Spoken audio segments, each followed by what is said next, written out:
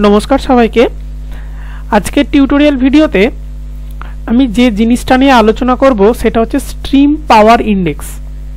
Stream পাওয়ার ইনডেক্সটাকে একদম যদি সরলীকরণ করা যায় তাহলে বোঝায় যে কোনো একটা নির্দিষ্ট অঞ্চলে যখন বৃষ্টিপাত হয় তখন কোন কোন জায়গাগুলোর মানে বৃষ্টিপাতের ফলে আমরা জানি যে উঁচু জায়গা থেকে মাটি ক্ষয়ে ক্ষয়ে নিচু জায়গায় এসে জমা হয় বা যেখানে জলের ফ্লোটা কম স্টিফনেসটা কম সেখানে ওই পলি জমা হয়। তো কোনো জায়গায় বৃষ্টিপাত হলে কোথায় ক্ষয় বেশি হবে এবং কোথায় ওই ক্ষয়ে যাওয়া জিনিসগুলো বা পলির অ্যাকুমুলেশন হবে এই যে ম্যাপটা কিভাবে তৈরি করা যাবে ArcGIS এ সেইটা আমরা আজকে দেখে নেব। অবশ্যই এটা ডেম ডেটা থেকে হবে, ডিজিটাল এলিভেশন ডেটা থেকে। তো আমরা প্রথমে একটা জায়গার ডেম ডেটা অ্যাড করে নিচ্ছি।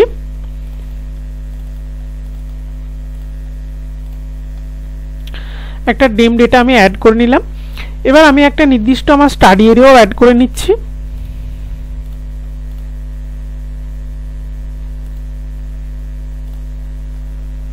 সাপোজ এটা আমার স্টাডি এরিয়া।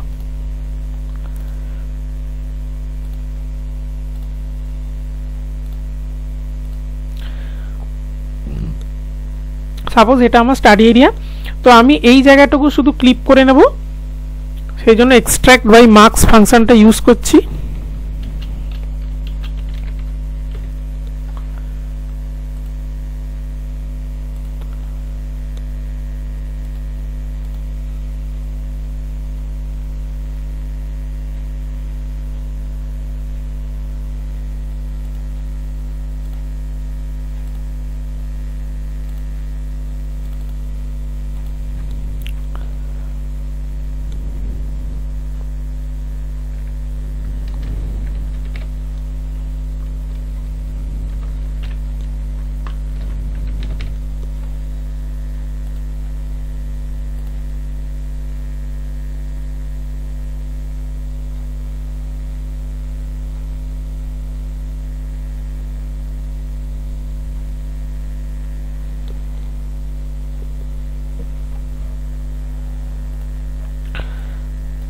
তো আমি দেখতে পাচ্ছি আমার যে স্টাডি এরিয়ার অংশটুকু সেটা আমি কেটে নিয়েছি।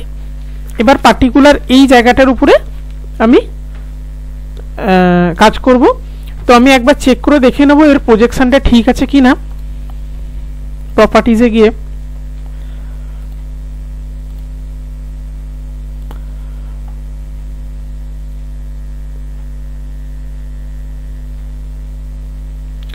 এর প্রজেকশনটা এখানে ঠিক আছে, দেখাচ্ছে ডেটাম WGS 1984। তবু আমি আরেকবার প্রজেকশনটা ঠিক করে নিতে পারি প্রজেক্ট রাস্টার অপশন থেকে।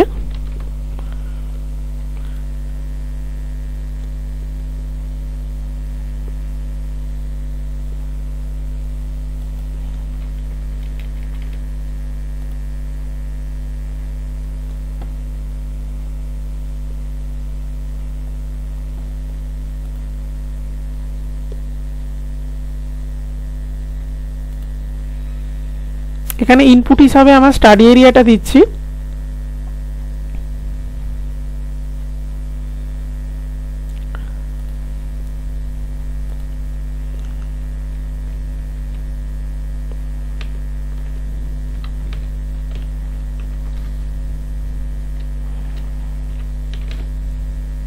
একটা নাম দিলাম। আউটপুট কোঅর্ডিনেট সিস্টেমটাই প্রজেক্টেড কোঅর্ডিনেট সিস্টেম থেকে সিলেক্ট করে নেব।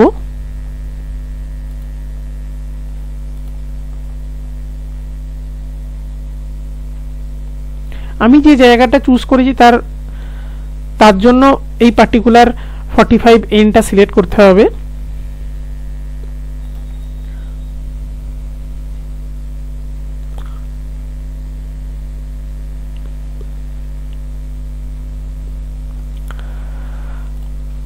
তো এটাও আমার হলো প্রজেক্টেড রাস্টার।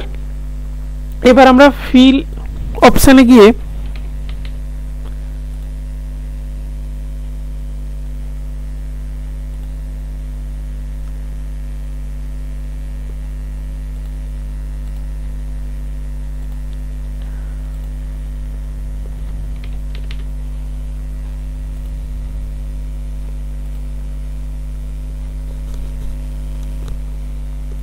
ডেমটাকে ফিল করলাম।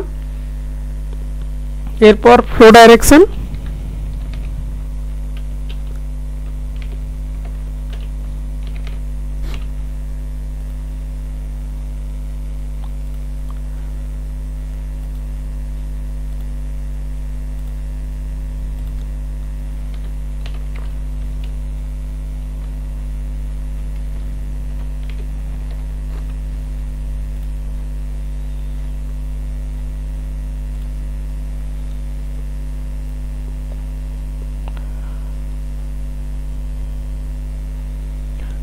ফ্লো ডাইরেকশনের পরে আমরা করে নেব ফ্লো অ্যাকুমুলেশন।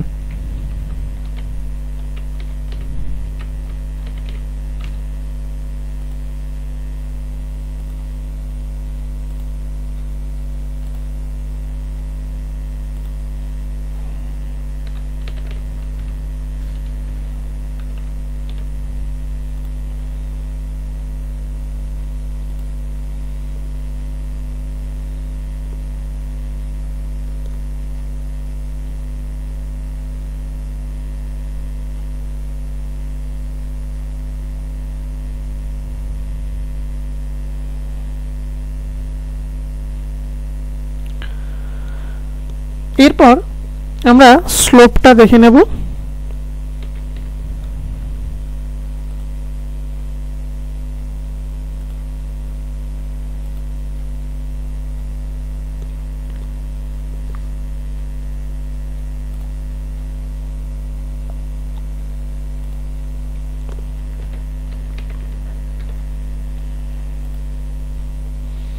এটা ডিগ্রিতেই থাকবে আউটপুটটা।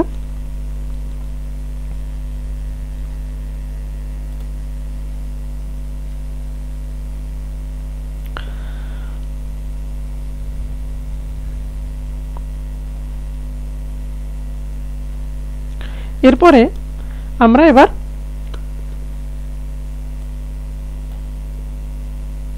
রাস্টার ক্যালকুলেটর অপশনে চলে যাব।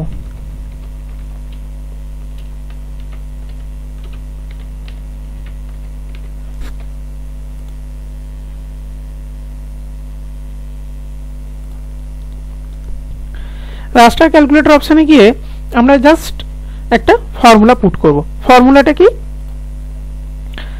ফ্লো অ্যাকুমুলেশন যে রাস্টারটা হয়েছে ইনটু এই রিসার্চ পেপারটায় 30 আছে, মিন্স এটা হবে cell size. Flow accumulation into cell size into 10 slope into এই সংখ্যাটা। তাহলে আমরা হুবহু সেটাই বসিয়ে দেব। ফ্লো অ্যাকুমুলেশন ইনটু আমরা এখান থেকে দেখে নেব যে আমাদের যে ডেমটা ইউজ করেছি তার সেল সাইজটা কত।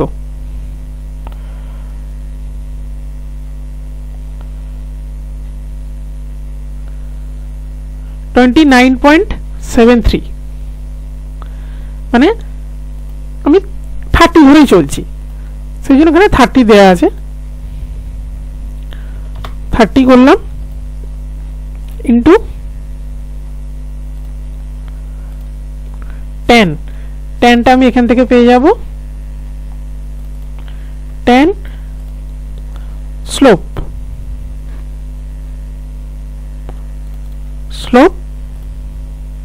into 0.017453,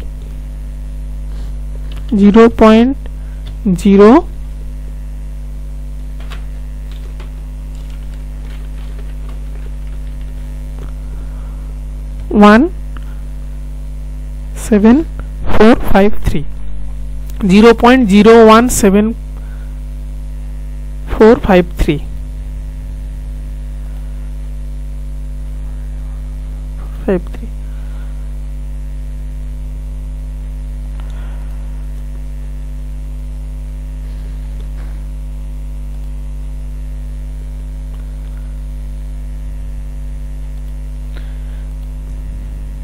নাম দিলাম।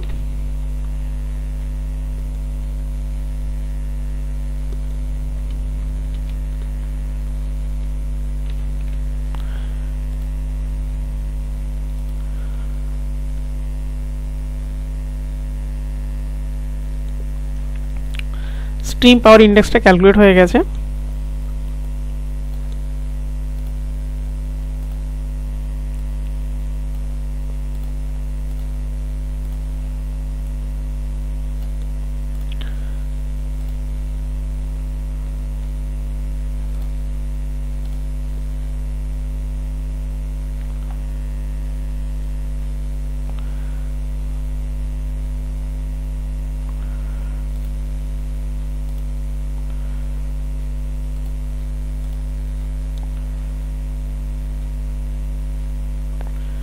আমরা এবার একটু আমাদের বুঝতে সুবিধা হচ্ছে,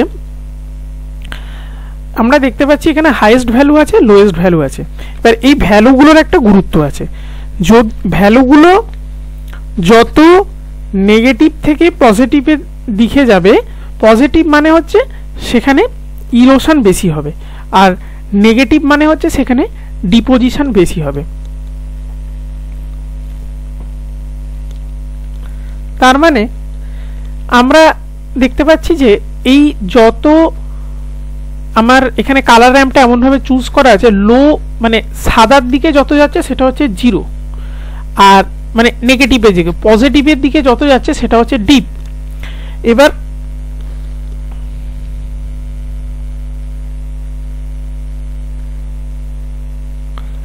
মানে হচ্ছে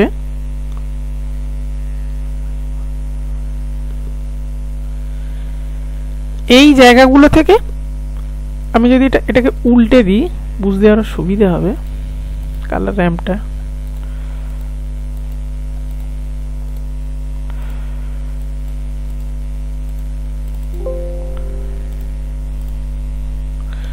উল্টে দিলাম। এখন হচ্ছে যত নেগেটিভের দিকে যাচ্ছে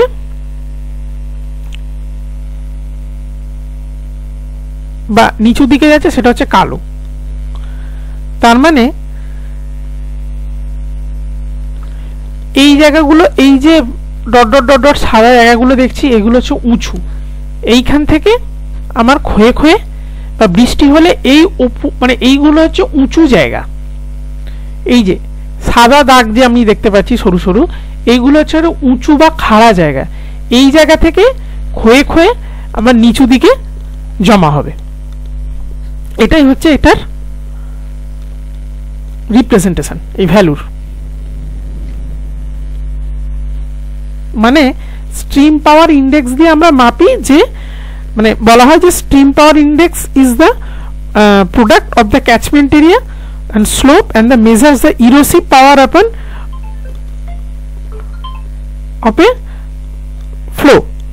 মানে হচ্ছে একদম প্রথমে যেটা বলেছিলাম যে বৃষ্টিপাত হলে কোন জায়গাটা বেশি ক্ষইবে এবং কোন জায়গায় এসে মানে বা কোনো যদি একটা স্ট্রিম থাকে সেটা কোন জায়গায় বেশি মানে কোথায় ডিপোজিশন হবে এবং কোথায় ইরোশন হবে, এই যে ম্যাপটা তৈরি করা হয় এইটা কিন্তু স্ট্রিম পাওয়ার ইন্ডেক্স ম্যাপ। তো আজকের ভিডিও এ পর্যন্তই। কেমন লাগলো অবশ্যই কমেন্ট বক্সে কমেন্ট করে জানাবেন। নমস্কার।